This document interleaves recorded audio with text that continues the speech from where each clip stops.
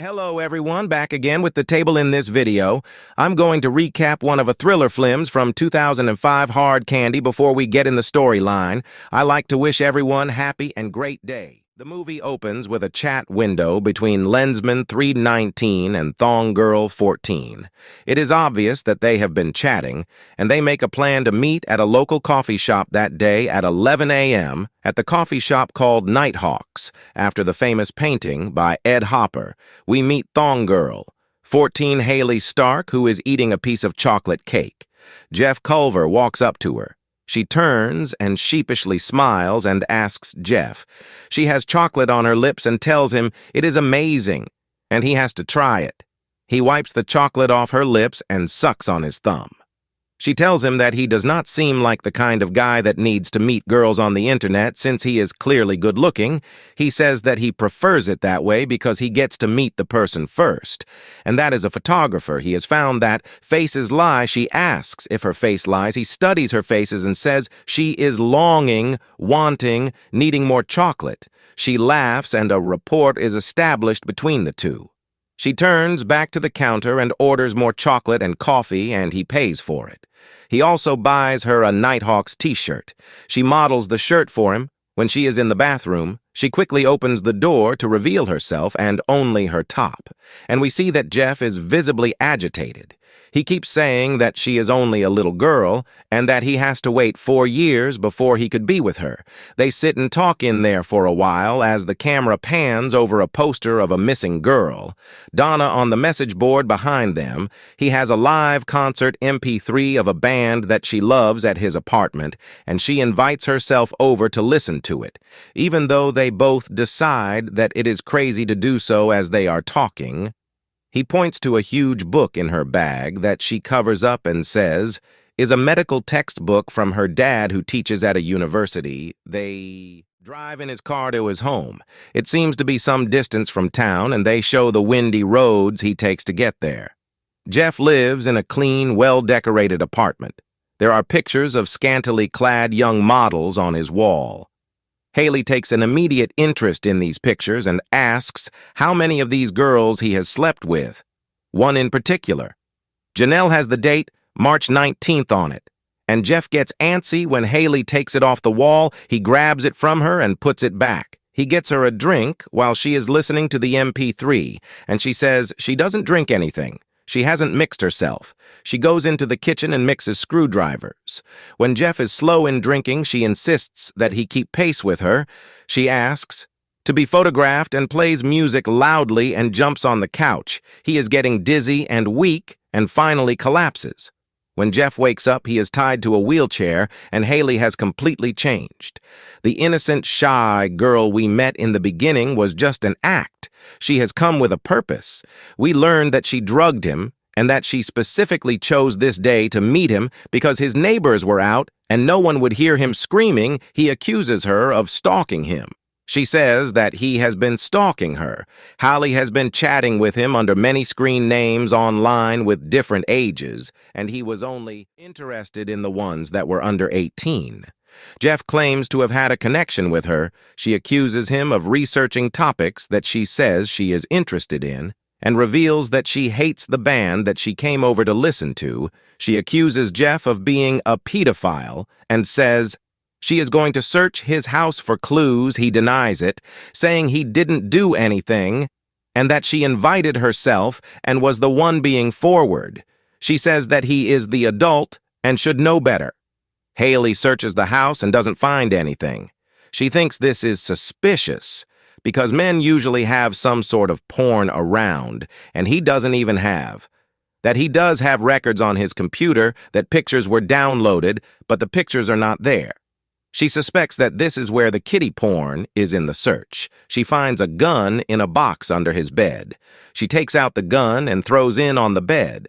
She finally finds a safe hidden in the middle of the room in a sort of coffee table with an inset that is filled with stones. Under the stones is the safe. She figures out the code of the safe as the March 19th on the picture of Janelle, whom Jeff is still madly in love with. His screen name also had 319. Her reaction to what she finds in the safe leads us to believe that is where Jeff has been hiding his kitty porn, but of course we never see it. There is also a picture of a girl in front of the Nighthawks. Haley throws the picture at Jeff and asks him why she gets to keep her clothes on. He says that he met her once at the cafe, but that he never took her back to the house. He denies being a pedophile. The picture is of Donna, the missing girl from the poster in Nighthawks. It is now clear that Jeff had something to do with Donna's disappearance. He tells her to call the cops, that he will phone and almost dials 911, but instead gets the scalpel and goes into the bathroom for Haley. We can hear the shower running, but when he pulls back the curtain, she isn't there. She is behind him with a taser. She zaps him and he falls into tub unconscious again. She then begins to clean the apartment of her fingerprints in the most comic scene in the movie. Jeff is pathetically crawling in the hallway with the scalpel as Haley moves around him cleaning. She walks by him and zaps him with the taser again until he falls unconscious again. Then we see him tied up in a contraption with a noose around his neck and standing on a chair. She lets him know that she has called Janelle and that she is coming, and will see the evidence that he is a pedophile. He freaks out at this. She offers him redemption in the form of a clean reputation. If he would hang himself, she would get rid of the evidence and no one would know that he was a pedophile, and Janelle will think he killed himself because of his unrequited love for her. If not, she will see it. And then what would she think of him? A neighbor visits at this time, and there is a moment that we think Haley will be found out, but she isn't. She tells the neighbor that she is his niece. The neighbor asked her what she was doing on the roof because she saw her there earlier while she was in her garden. The girl slips up when she says that she was on the roof to check a leak. The neighbor informs her that she knows that it hasn't rained, and with that the girl just runs in the house. He lunges at her and manages to free himself. She runs around the building, gets the rope, and goes to the roof. He grabs a knife and finally finds Haley on the roof. She has his gun. She offers him the same deal. Again, a noose is set up on the roof. If he will hang himself, no one will know about the little girls. Confess. She says that what she has in mind is worse, but assures him that she does not want to kill him. She leaves the room for some reason, and he wheels himself to the bedroom and gets the gun. When he wheels back into the kitchen, she is waiting for him with saran wrap.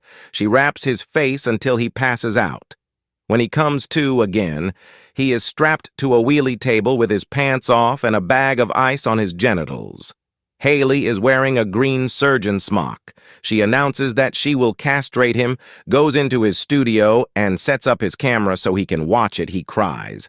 But she says it is the only way. She begins to try to make a deal with him, but then changes her mind when she begins the surgery. We can hear the cutting noises and see blurrily the screen as the surgery takes place when she is done. She holds up his balls and contemplates what to do with them. She jokes about seeing how far they will bounce. She finished by putting them down the garbage disposal. She then says she is done with him, and she will take a shower and then call a cab and leave. He is furious now and struggles to get free. He manages to do so and immediately feels for his balls. They are still there. She didn't perform the surgery. He checks the video recorder and sees in the VCR. Jeff confesses that he watched and took photos of Donna, but that he didn't kill her. He says he will give Haley the name of the person if she would spare him. Haley says she already knows the name, and the funny thing is that Aaron said that it was Jeff who did the killing right before he hung himself. Jeff understands now that Haley has set this all up from the beginning. She puts the news on his head and says, "I promise to get rid of the evidence. No one will know." Meanwhile, Janelle has arrived and is downstairs, ringing the doorbell. Jeff jumps. Haley looks over the ledge and says, "Or not."